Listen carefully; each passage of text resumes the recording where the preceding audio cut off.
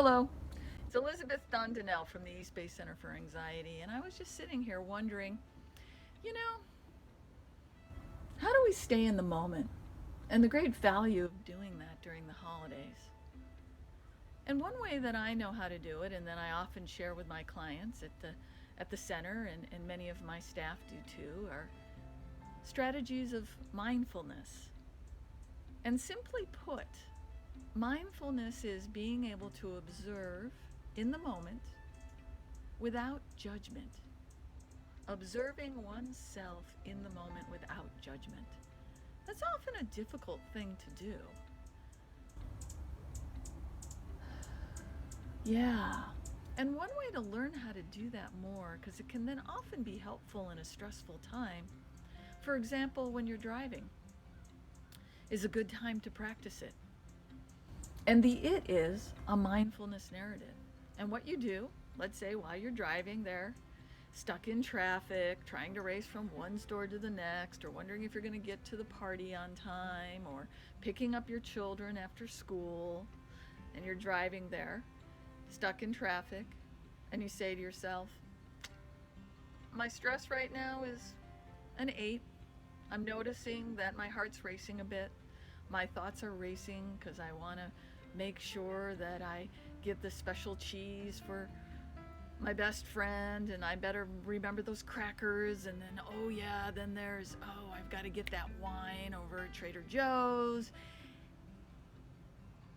and my hands are on the wheel, and I'm looking forward, and the traffic's starting to move, and I notice that my anxiety is now at a 5. My foot is on the gas, and I'm going 30 miles an hour. And most of us can only do that moment that I just gave you, for about 10 seconds or less. What I showed you, for the sake of just giving you an idea of what a mindfulness narrative is, was much longer than usually our minds can track. But the value in that is bringing oneself back to the moment and just noting your emotional, mental, physical state, and then your mind wanders off again. And then you might come back. And there's value in asking yourself from 0 to 10, where's my anxiety right now? And just give yourself a number without judgment. And then refocus on the moment. Then your mind will go off again. And then come back. I'm curious what all you'll find if you do this a couple of times.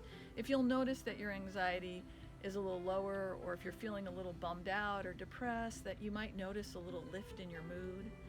I know that I do, and I know that many people that we work with at the center, and we give them this method also.